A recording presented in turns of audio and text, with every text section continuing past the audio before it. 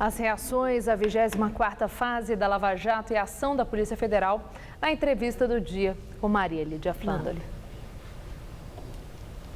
Para falar sobre os limites impostos pela lei para ações do Judiciário, Ministério Público e Polícia Federal, entrevista a doutora Kenarik Bojukian, juíza substituta em segundo grau do Tribunal de Justiça de São Paulo, ela foi também presidente e cofundadora da Associação dos Juízes para a Democracia. Muito obrigada, doutora, por estar conosco. Bom, nós vivemos um momento a vida do país, em que está se falando muito sobre tudo aquilo que aconteceu na sexta-feira, quando o ex-presidente Lula recebeu a visita da Polícia Federal e houve aquele depoimento. E está havendo muito protesto pelo mandado de condução coercitiva, entendendo não apenas os aliados de Lula, mas o ministro Marco Aurélio Mello, por exemplo, acha que houve ali um atropelo às regras. O ex-ministro da Justiça, José Gregório, disse que foi um exagero. Aqui, no Jornal da Gazeta, Walter Maierovitch, jurista, disse que houve um erro por parte de Sérgio Moro. Então, eu acho que é uma oportunidade da senhora nos esclarecer na condução coercitiva, quando é que procede. Naquele caso, se houve abuso da lei ou se cabia, sim, um mandado de condução coercitiva para que o ex-presidente Lula acompanhasse a Polícia Federal e fizesse o depoimento que fez. Nós estamos vivendo um momento bastante sensível e eu concordo com o ministro Marco Aurélio quando ele diz que as regras devem ser utilizadas em todos os casos, sem qualquer exceção. E parece que tudo que está acontecendo está a indicar que realmente as regras do Código de Processo Penal não estão sendo cumpridas nesse caso específico. A condução coercitiva supõe uma resistência e, ao que parece, não houve essa resistência, razão pela qual eu estou concordando com a posição do ministro Marco Aurélio e dos demais que você mencionou, no sentido que a gente não pode abrir nenhuma exceção.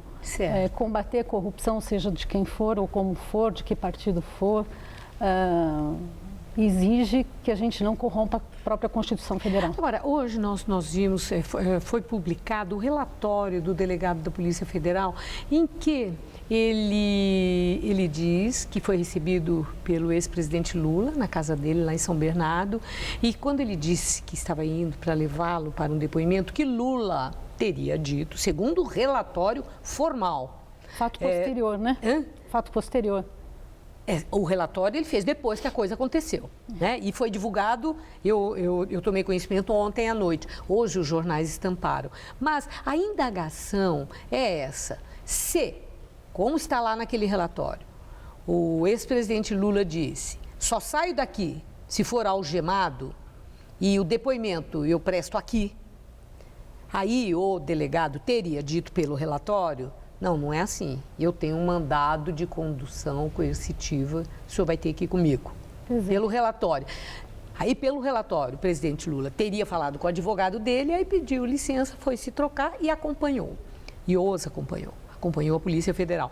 A pergunta é, se de fato as coisas aconteceram, como está nesse relatório, se o presidente diz, só saio daqui algemado, e o depoimento eu posso fazer aqui, não vou fazer fora daqui, ou isso configura, se aconteceu, óbvio, como está no relatório, configura resistência que justifique aí justificaria o mandado de condução coercitiva? Não justificaria, porque este fato foi posterior.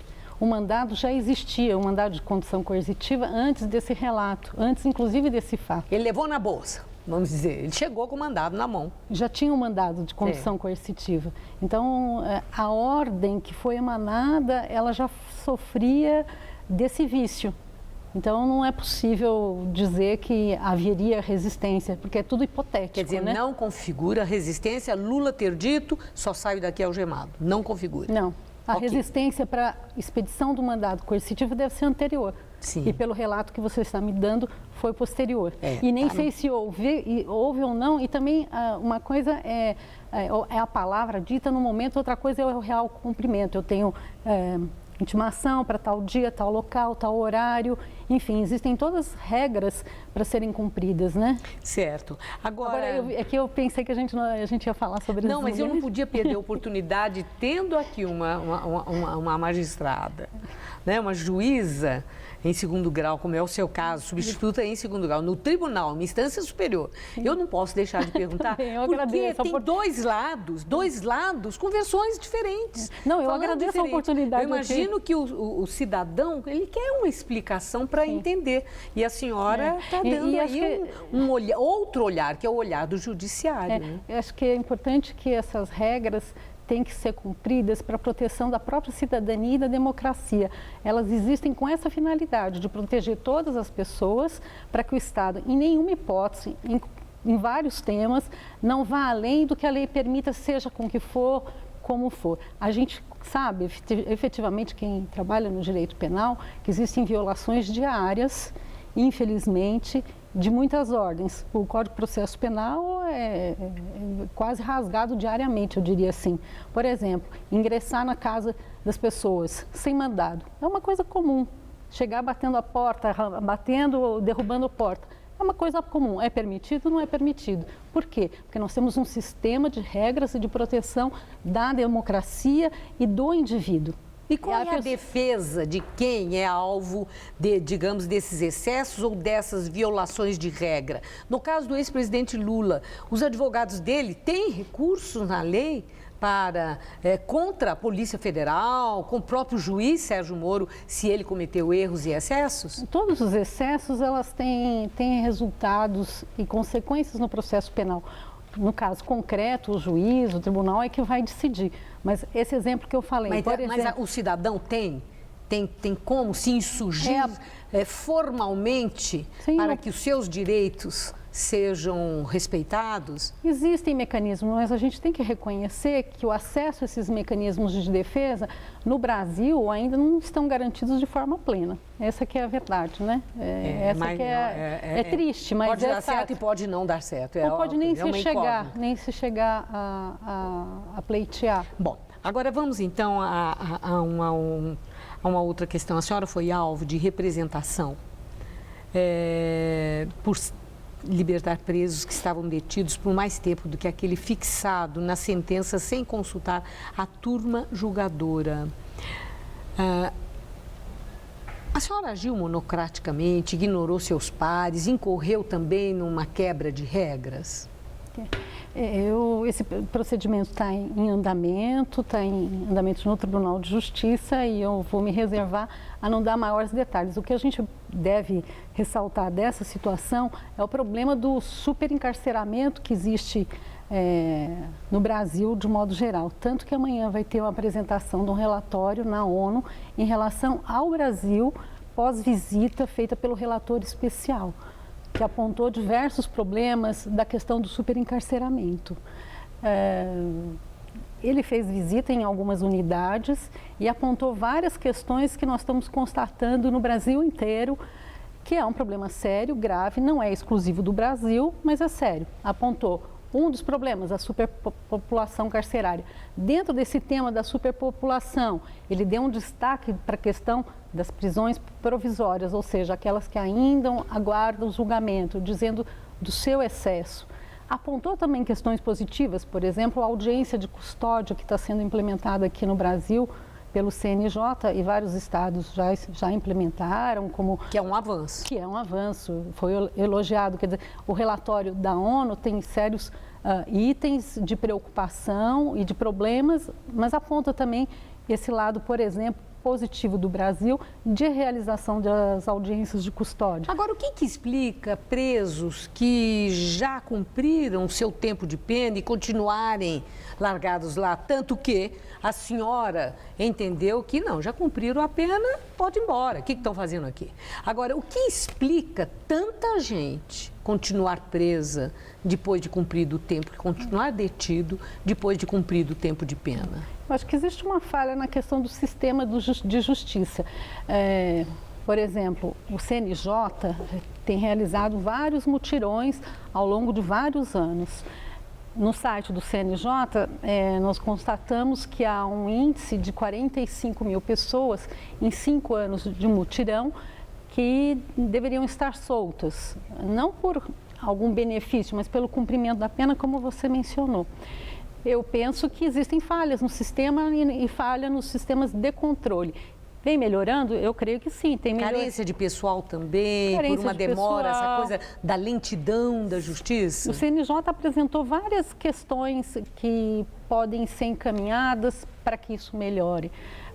Desde o sistema de informática, né, para o controle das penas, desde a questão de pessoal, uma série de regras que podem ser seguidas para que esses problemas não deixem de acontecer, né?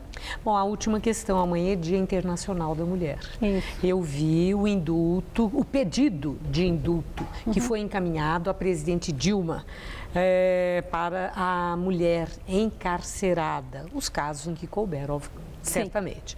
Agora, e muitas entidades, me impressionou, subscreveram essa petição à presidente da República, entidades de direitos humanos, entidades de defesa de direitos da mulher, muita gente.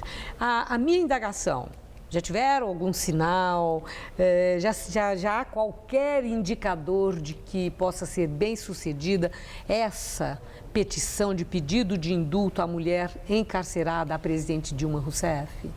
Olha, nós temos bons indicativos, né? Porque toda a racionalidade desse pedido, mostrando o que está acontecendo com as mulheres encarceradas, a maioria delas sem prática de crime violento, muitas delas são mães, a maioria é negra, de cada 3 mulheres detidas, 2 são negras, o racismo institucionalizado que vai constar do relatório de amanhã, assim, uma série de questões que estão sendo apresentadas de forma clara e com o apoio de muitas entidades, como você disse. E apoiados também no próprio direito penal e na Constituição. Claro. Então, nós acreditamos que esse ano o indulto virá para as mulheres encarceradas na forma como nós pedimos. Claro que dentro do regramento constitucional, dentro dos limites que a presidenta vira fixar, de quantidade de pena, sim, enfim, as regras que são usuais, né, na concessão de indulto. Mas acho que é interessante pensar que é em relação ao Dia da Mulher, é um dia de luta, né? Na verdade, sim, o Dia da Mulher é um dia de luta. Começou com a luta das mulheres trabalhadoras que estavam em greve e foram assassinadas, né? Eu penso que é importante que se reconheça essa falta de políticas públicas em relação às mulheres encarceradas e que se tenha uma atitude e uma ação imediata. E eu agradeço muito sua entrevista, seus esclarecimentos e desejo muito boa sorte. Muito obrigada. Que amanhã tenhamos uma notícia que exiba uma sensibilidade para essa questão que é muito grave. Ou muito no decorrer do mês, né? Quem sabe. Uma boa noite. Muito obrigada, eu. Gamberini.